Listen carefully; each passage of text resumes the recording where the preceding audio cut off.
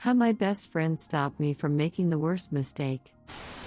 Apologies in advance, this will be long and it isn't the typical cheating scenario, but I feel my story can help struggling couples. A little backstory: my best friend and I met in middle school and we've been friends ever since. We've been there for each other through thick and thin. When she got married, I was her maid of honor, and similarly she was mine at my wedding. And as such, I was her shoulder to cry on during her divorce 6 years later, though at the time she didn't tell me the reason for said divorce. Anyway, my husband and I were married for 5 years at this point, and due to him consistently traveling for work and our ongoing arguments, I felt a disconnect in our marriage. It got so bad one night that he had to sleep in the guest room, and because he was traveling early the next morning, it meant he might leave without saying goodbye to me. So sure enough, he left without so much as a word to me. That action alone made me feel so unwanted and unattractive that I convinced my best friend to accompany me to a pub to blow off some steam. I showed at her apartment because I knew she had 50% custody of her 2 kids, and had to move out of her marital home, so she had most of her evenings free. We arrived at the local pub, and I immediately went for the strong stuff to try and drown out my frustrations, whereas my friend stuck to orange juice, which is surprising considering the fact that she drinks the most between the two of us. As the evening went on, there was this guy who kept approaching me. He was gentle in his speech and confident in his words, and I won't lie, after all the arguments I was coming from, this was like a breath of fresh air. To this day I am not sure why, but I found myself confiding in a total stranger about the issues in my marriage. As we talked, he would comment on how my husband was an idiot for leaving such a beautiful wife in her time of need. Cheesy and dumb, yeah, I know, but it seemed to go with the mood, and how there were many men who would jump at the chance to fill his role. Me not being in my right mind to realize this total stranger was disrespecting my husband, which in turn was disrespecting my marriage, didn't even stop him as he held my hand and moved his chair closer to mine. He then leaned forward, but right before he got too close, I heard a thump and a loud crash, and I saw him on the floor. I look up to see my best friend behind him. She stepped over him, grabbed my hand, and pulled me out of the pub. Whatever alcohol was in my system must have evaporated just from the look she gave me. As soon as we were outside, she exploded. She asked me how could I be so stupid, and if I realized what I would have jeopardized if she didn't intervene. There was a moment of silence after her initial outburst. She took a deep breath, led me to one out the outside benches, and told me the real reason for her divorce. Like me, she was having communication issues in her marriage, and due to the constant fighting, she found herself confiding in a male co-worker. Unfortunately, it developed into a 5-month affair. During that time, she was crippled guilt, but equally as intoxicated with lust. It only ended because her husband found a video of her and her OM in her Facebook Messenger. She said the look of defeat, shame, and anger in her husband's eyes made her realize the gravity of what she had done. She begged him for a second chance. She was willing to do anything to save her marriage and family, even to the point of allowing him to sleep with another woman. This only enraged him, and he pushed for divorce and full custody of the children with her video as evidence. She said ever since being exposed, whatever lust or affection she had for her OM disappeared without a trace. She has since blocked him on all forms of contact and found another job. She then held my hand and told me she has to live with the fact that the only home her children will ever know will be a broken one, and it came about by her hands. She also added how no words exist to express the guilt and regret she feels each time she opens her eyes every morning, that she would gladly give a kidney if it meant she could have her family back. She pleaded with me not to be like her, to not go down a road even remotely similar to hers. That as long as I have a chance to work on my marriage, I should take with both hands and hold on tight. It's been 6 years since that night, and honestly I can say my marriage has improved greatly, not perfect but improved. We've been blessed with 2 beautiful twin boys. We don't argue as much, but when we do fight, we absolutely end it with a kiss. The kiss my idea. I just find it incredibly sad that one of the major contributors to the success of my marriage was the failure of my best friends. Update: how my best friend stopped me from making the worst mistake. Update and answers to some of the questions asked. Didn't expect our bittersweet tale to get this much of a reaction, and as the title says, I am making this post to answer some of the more commonly asked questions. I do apologize for not being able to reply to each and every one of you, be it in the inbox or comment section. For my best friend, it has been such a painful lesson that it actually made some changes in her that left me worried about her at times. A prime example is when there was one relationship she tried to have after her divorce, but the guy was the definition of controlling. He would question all her decisions, insult her in a joking manner when we were all out as friends, and just be an ass to her all in all, and she would just take it. I tried to confront him on multiple occasions, but she always stopped me until he made a joke about her ex-husband and she just snapped. She called him an insecure man-child whose only joy in life was to degrade people verbally and wasn't even half the man her ex-husband was. At this point, it was clear to all of us that she was still very much in love with her ex-husband and was only dating this guy as a form of self-punishment, as messed up as that is. As for her ex-husband, he was in a serious relationship with a beautiful young law student. Inasmuch as I hate to admit this, but she was absolutely gorgeous and terrifyingly smart, if I am being honest. The only reason why that relationship ended was because she had to go back to her family in Argentina due to an emergency, and he wouldn't do long distance. She has since chosen to remain in Argentina and help care for her father, who unfortunately has Alzheimer's. Now, on the front of what has been happening currently, when the pandemic hit, my best friend's ex offered her to move back to their marital home, to which she jumped at the opportunity. She sleeps in the guest room but is happy to be under the same roof as her family after a long time. She says cooking dinner for her family and not having to leave at the end of the evening is oddly fulfilling, and is actually dreading the day she has to move out again. Story 2. 4 years later, my ex-husband's AP makes me very uncomfortable. Not sure if this is the place for this, but wondering if any of you have been in this position. 2017 was D-Day when I found out my husband, high school sweetheart, father of my child, was cheating on me with a co-worker. She was freshly 18. This likely started when she was just 17, which is a whole other level of yuck. Obviously, I do not care for the girl. She knew he was married and did not care. It was justified to her because he told her we were separating. That was news to me. Regardless, I kicked him out. He moved in with her immediately, and soon enough, she got pregnant. Fast forward to now. Their kid is 3.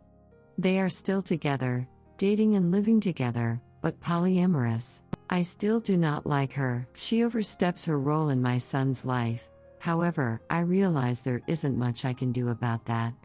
However, I've noticed she seems to be almost disturbingly obsessed with me. If I color my hair, she colors hers the same. I got a tattoo on my wrist, she got the same thing on her leg. I went to school and got into a very niche trade. She's now doing the same thing and asked me to put in a good word for her at my job. She tries to talk to my brothers on Facebook. She knows where my parents live, and their names, and talks to my son about them like she knows them. Has never met them. I'm not that close with them. My ex was not close with them. It's honestly unsettling. I am amicable with my ex for my son's sake. I wish there was some way I did not have to interact with her. Unfortunately, he sends her to pick up our son when it's his week with him. She answers the door and talks my ear off when it's my week to pick him up. She goes to every school meeting and sits at the table with me and the teacher while my son's dad is in the hallway tending to their 3-year-old. I have put up with it to not rock the boat and remain amicable, but she genuinely freaks me out, and I don't feel it's fair to have to deal with the homewrecker this often. Talking to my ex about this gets me nowhere. He basically says, "She's in my life forever, so deal with it." Redditor's reaction. Story 3 after. Redditor 1, yikes. That's nuts. You should set some hard boundaries. You are going way beyond being amicable. Honestly, I couldn't never imagine myself doing what you're doing. I can't tell if you're a saint or a masochist. Op answer, I honestly just don't know how to handle it. I can't prevent my ex from bringing her to school meetings and such. If I tell him he needs to pick our kid up instead of her, He says he can't because of work or some other excuse. Redditor 2, the audacity she has telling you to put in a good word after what she did. She sounds pathetic. Redditor 3, I mean she was likely groomed by your husband. He is in looser terms not technically a pedophile, but depending on your state he very well could be considered a predator. She is just an immature girl who has barely had any life experience. I pity her and you actually. I wouldn't let my child be around someone as predatory and manipulative as your ex. Op answer, there's nothing I can do about it unfortunately. When they became public she was 18, so legal. And I have no proof of him being a predator. I can't get full custody just because I don't like him or agree with his life choices. Story 3 blindsided with a cheating husband and a looming divorce. I just found out that my husband has been cheating on me for over a year. And that he is no longer in love with me. We've been together for 16 years, we have 4 kids between the ages of 15 and 8 months old.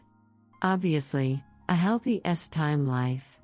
I always thought I was like this perfect wife. I cook, I clean, I love to have S-time with him, I do yard work, I take our kids to all of their sports, I do all of the domestic chores and our older kids too, I'm attractive, still have some tummy left from the baby, but barely overweight. I've been nothing but a devoted mom and wife, but the house is never clean enough, I never communicate well enough, and while I'm a som nanny, he started seeing a work associate. If you'd have asked me a week ago, I would have said we have a perfect family. But I guess I was wrong. I don't know what to do. I'm lost. He says he'll pay off our house and take care of us. I can spend like I normally would and he will pay for it. That he will be there for our children. But it feels so hollow right now. Is there a way to have a friendly divorce? To guarantee anything? I really don't want to get a lawyer. We live in a local area, there is no way I could afford anything to go wrong. And my husband will be moving out at the end of the month. To go be with his new family. Also, I'm insanely worried for our kids. Oh, and speaking of kids, he has one on the way. Apparently due in about 4 months. What kind of person cheats on their pregnant spouse? What kind of person sleeps with a married man that has 3 kids and one on the way? My 10-year-old has often voiced how lucky she is to have 2 great parents that love each other. She will be devastated. She'll probably need counseling. I'm devastated. I think my teenager will be okay, and so will my 5 years old and baby. But I'm not okay. I can't sleep and just feel like an utter failure. How do I tell my kids? How much honesty is needed here? If you've made it this far, thanks. I can't talk to anyone right now. Edit, the girlfriend knew he was married, but I think my husband painted a picture like we hated each other and didn't have a real marriage. But in reality, he kissed and hugged me every day, telling me he loves me. And you know, we had S-time regularly.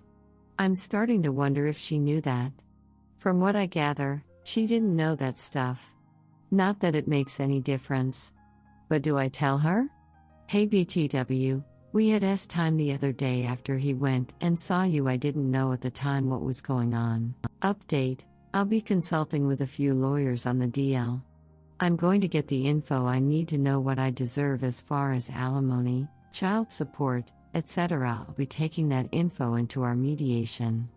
And go from there. We told our older kids last night 15, 10, and our 5-year-old this morning. They are shocked, hurt, and devastated. Their pain was clear. And my husband is finally starting to see the impact of his selfishness. Story 3 update: she doesn't want to meet me. I just joined this sub a couple of weeks ago. D-Day was 4 weeks ago today. I've been with my husband 16 years, we have 4 children together, including a 9-month-old. I discovered and confronted him about his affair. He's been seeing her for over a year while I was pregnant with our 4th child. He got her pregnant while I was recovering from a C-section. No one could have ever guessed that he would do this. All of our families, friends, and I are completely shocked. We had an awesome, happy family. I told him he needed to move out. He did 5 days ago. He's been helping with practices and errands and generally being as supportive as he can be. I'm pretty sure he wasn't ever going to tell me about her and the baby. He was living 2 lives. He will start taking the kids every other weekend in March. But he is living with his girlfriend, and I need to meet her before I can send my kids over there. Husband and his girlfriend have been not putting my children first, obviously, and I need to make sure that they understand how important it is that they tread lightly around my kids.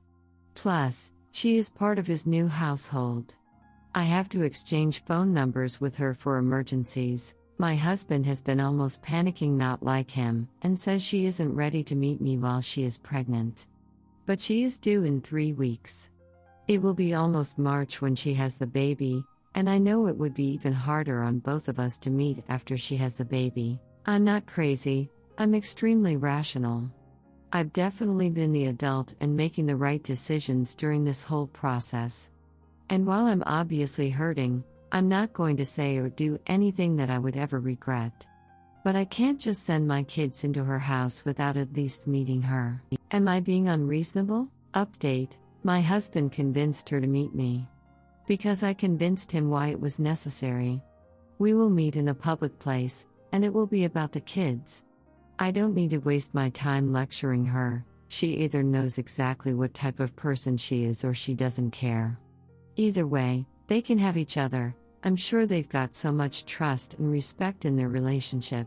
Story 4, really struggling. My now ex-husband had a decade-long affair with my best friend of 25 years. I was married to my high school sweetheart for 9 years. We had a few beautiful children together. I had no idea that he was sleeping with my best friend the entire time. My best friend since I was 3. We did everything together. My parents took her in for a month when she was 5 because of issues at home. She was in our wedding. I found out they had S-time during all of my pregnancies, every year of our marriage. Once while I was in the shower, and she was at my house, they snuck and had S-time in the other room. He'd sneak out when I'd fall asleep. I miss my best friend so much. I cry every day about it. I'm devastated and heartbroken. She was my other half, but I can never forgive. Do you blame me? My ex-husband was a narcissist and is trying to ruin my life and blame me for his cheating. He's taken everything from me. He's not working so he doesn't have to pay me child support. Nothing, it's just so hard and I am really struggling. Badly? Redditor's reactions. Redditor 1, sadly it sounds like they were both entitled narcissists and she was no friend of yours. I'm sorry you are struggling, but I suspect with some distance you will grow to see that you overlooked a lot of her flaws because she was so ingrained in your life, maybe too much so. Maybe too close to see her for who she was. It will get better, it just takes time. Now as my style on here, I am probably going to say something that may seem controversial to you, and I am not saying it to hurt your feelings or kick you while you are down, but I want to point it out because it may help you going forward. To me, the sentence "she was my other half" about one of your girlfriends while you were dating and when you were married would be a red flag. I would not want to be married to someone who was calling another person their other half. That would just seem like a bond that was too close and one I would not want to compete with in my marriage. If you were really that close, like if you thought of her as your soulmates, that closeness might not have chased away some guys who would have made better husbands. In that way you may have been left with this guy who turned out not to be so great. Again, I don't know you and it is just one sentence, but a lot of times folks posts on here, even the BS who are suffering can write stuff that are tells. Anyway, that doesn't excuse anything that was done to you, just something to think about. Redditor 2, I am so sorry that they did this to you and that you're struggling. This is not your fault and you shouldn't feel in shame or embarrassment. No one would blame you for not ever speaking to her again. This is such a massive betrayal, it was cruelty. I hope that you are enrolled in betrayal trauma therapy. No contact is the best way to move on. Parallel parent W your ex to limit contact. Consider contacting Infidelity Survivors Anonymous for more support, as well as survivinginfidelity.com. Regrettably, you are not alone. Even if you don't share yours, it may help to read others' stories and know you aren't alone. I can relate double betrayal. As well as read stories of people who come out on the other side. Suggest you read Cheating in a Nutshell and Chump Ladies Leave a Cheater, Gain a Life. I know you're divorced already, but I still think it might help. I've also heard The Body Keeps the Score is a fantastic book, I've purchased but not read yet. You did nothing to deserve this. But you can survive this. I hope you are taking care of yourself by staying hydrated, no alcohol, exercising, eating healthy, and getting quality sleep. If not, please start here. Good luck to you. And keep posting as needed. Redditor 3, I am so sorry. This is just completely awful. Double betrayal. You deserve so much better than these two, awful people.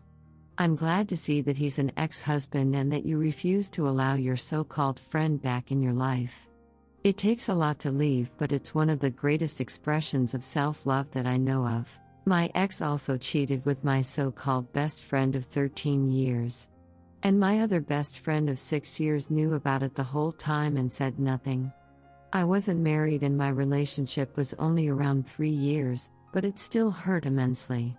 Especially losing my friendships. I thought these girls had my back.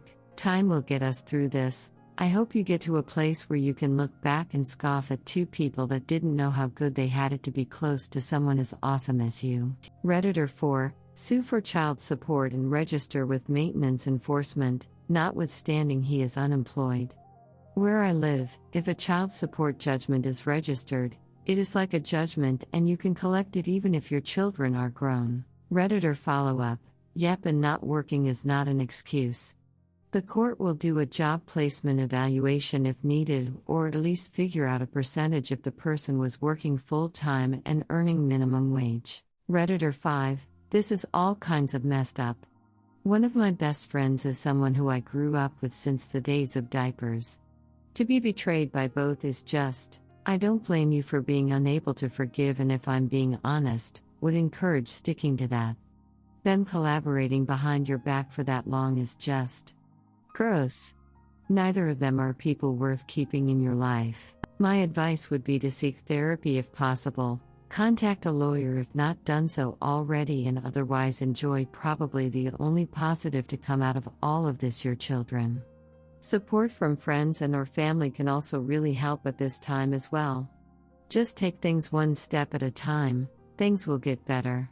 Most importantly though, and something you will have to hash out with a lawyer, seek a co-parenting app if you have to share custody. It really helps dealing with narcissists who have no problem weaponizing their own children, and it'll also help maintain as little contact as possible with him. Good luck. Redditor 6, oh man. That is one tough pill. I saw you said you miss your friend. But you know, the girl you knew was a complete lie. You miss who you thought she was? In reality, she's a disgusting person. They can have each other and he will cheat on her too. And then you will laugh. At some point in her life, she will get her karma in life for such a deep, dark betrayal. All of that in dealing with a narcissist? Ay. I hope you read up on how to deal with narcissists, some of it may help you. The best thing is to ignore, and don't give in to his shenanigans. Since you have children, you unfortunately have to deal with him, so build that wall up, honey, and show you are unbothered by his bullshit. Eventually he will bore of this and lessen his bullshit. Learn to become that rock who is impenetrable. Maybe there are infidelity groups somewhere? Since it's a double loss for you, maybe it'll help you grieve, and you might make some friends.